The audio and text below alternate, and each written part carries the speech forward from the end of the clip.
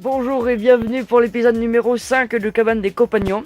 Donc un petit épisode à l'arrache comme ça parce qu'on n'a pas le temps cette semaine, on a beaucoup de devoirs à faire. Donc on a notre table, donc c'est ça refaite, c'est normal, hein, je suis avec la caméra avant. Voilà, elle est belle avec des belles assises en bois, mon vieux, je connais pas ça. On va faire quelques plantes de la semaine, puis comme d'habitude. Hein. Voilà, c'est parti.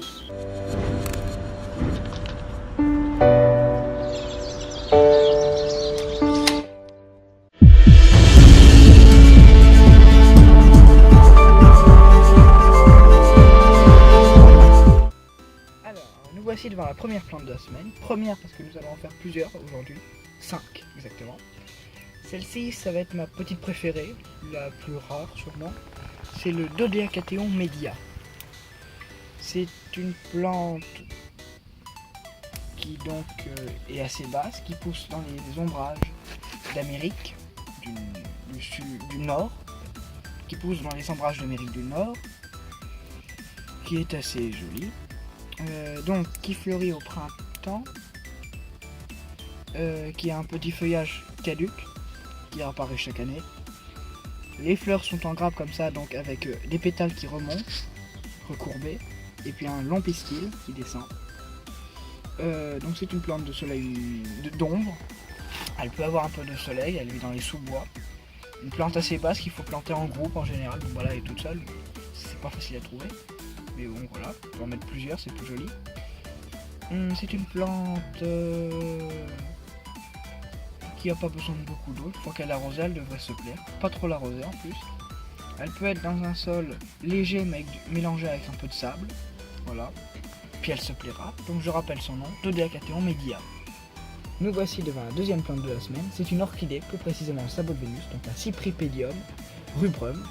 Donc il y a de plusieurs couleurs, on peut en trouver dans les Alpes, mais pas de cette couleur, c'est plus dans l'Asie. Elle fleurit au printemps, comme le Dodéacathéon présenté avant. Elle a le feuillage caduc également. Les bourgeons seront là toute l'année. Une plante qui va aimer l'ombre, ensoleillée, pas trop... Planter des cailloux en dessous à la plantation, c'est important, sinon elle va mourir.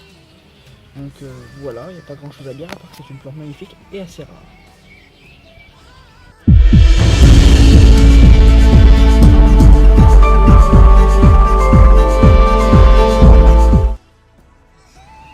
Bon, et bien nous voici pour l'astuce décoration. On va parler de 3 choses. Donc la première, on va parler du dévidoir de Louis. Voilà, parce qu'il est passé par là entre temps. Deuxième chose, on va parler des petites améliorations qu'on a fait à cette cabane. Voilà. Et troisième chose, on va parler de la table qui est derrière.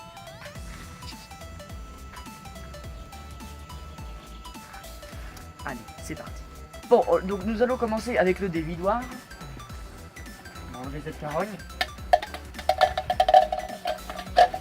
Ferme-tasse. Donc, le dévidoir c'est très simple. C'est un système de récupération d'eau. Donc on a ce pot qui est placé ici.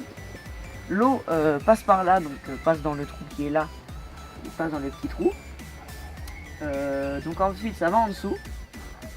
Ça, je ne sais pas par quel miracle, l'eau arrive à passer là-dedans et ça fait un truc dégueulasse. Voilà, c'est pour récupérer l'eau et pour pas qu'il y ait trop de saleté qui rentre dedans.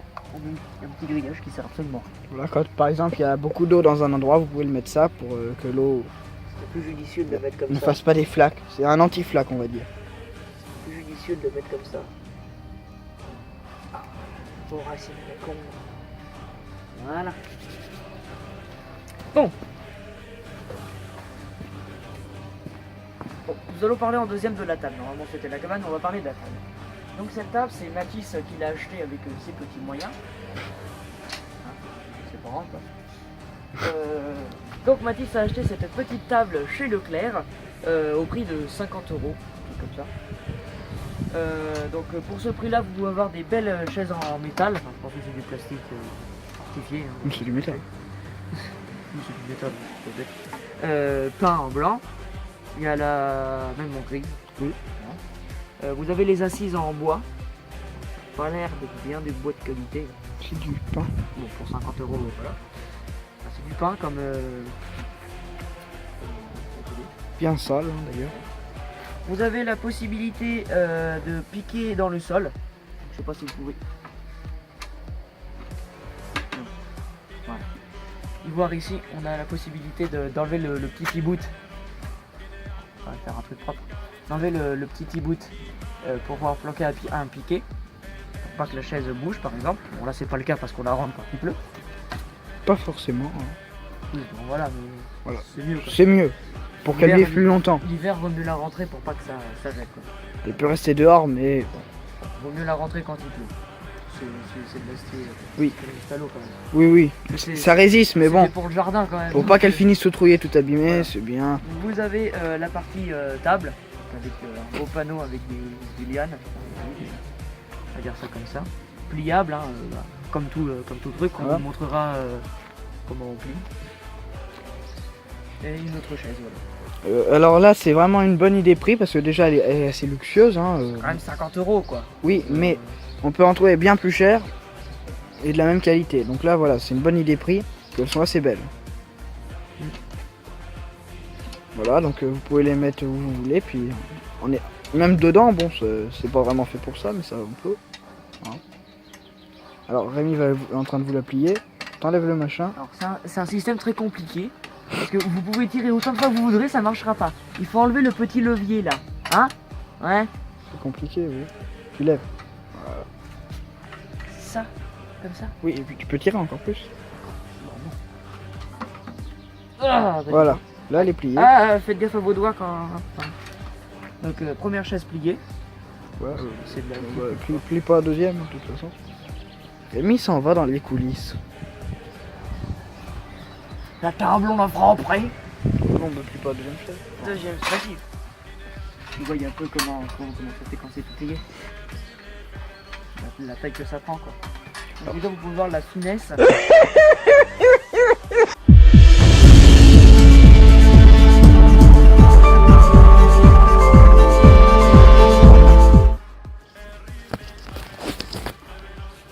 Alors, nous voici donc plus où on est d'habitude, mais devant une scène véranda pour parler des boutures de chlorophytum. Excusez-moi.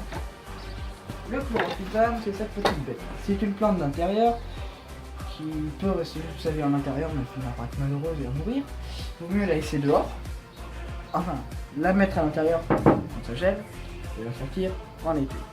Donc là, on va parler de ces boutures. C'est plus maintenant qu'il faut les faire, mais c'est pour voir le résultat. Faut les faire pendant l'hiver quand elle est à l'intérieur. Les boutures, c'est très simple, c'est ces petites bêtes là. Alors on peut les garder parce que c'est joli. Tu vois à peu près le seul intérêt de la plante. Voilà. Puis bon, le feuillage. On coupe. Par exemple, si on veut tout ça, c'est un peu dommage, mais on peut couper toute la tige. Ou si on veut que celle-ci, on la coupe juste à la deuxième intersection, là. La première intersection. On prend cette petite tige qu'on met dans de l'eau jusqu'à ce que des racines poussent. Alors les racines elles sont déjà formées sur la plante, c'est ça là. Petit point vert là, je sais pas si vous voyez. Petite tache verte là qui... Attendez, hop, attendez, ça arrive, ça fait... Voilà, les deux points verts là, vous voyez Voilà. dégueulasse. Ouais, oui, ça c'est le début des racines. Alors c'est pas obligé de le faire, hein. La plante peut passer sa vie avec ces trucs qui pendent là. Pas gênant, de toute façon on leur fait chaque année, donc on peut les couper quand même. Hein. On peut en laisser, moi j'en enlève un sur deux quasiment. On les met dans l'eau, l'eau c'est très simple. The flacon. On les entasse dans le flacon, puis dès qu'on voit les petites racines, on sort du flacon, prend du terreau, un peu de sable et des billes d'argile pour pas que ça pourrisse. Les boutures, on les met au pas de course, dans ces petits pots. Celles-ci, elles ont... Oui, donc coupure. Hein. Voilà. Donc ça c'est les boutures qui ont été faites durant l'hiver, sur le mois de décembre. Donc là, on est au mois... De mai. Oui, au mois de mai. Elles sont parfaitement prises. Elles vont sortir bientôt. Donc voilà, elles sont prises, elles sont solidement ancrées. Alors après, vous pouvez les rempoter. Faire des potées de deux, c'est pas gênant. Puis dans quelques années, elles seront comme celle-ci. Oh, elle est belle. Ah, belle, ça se discute.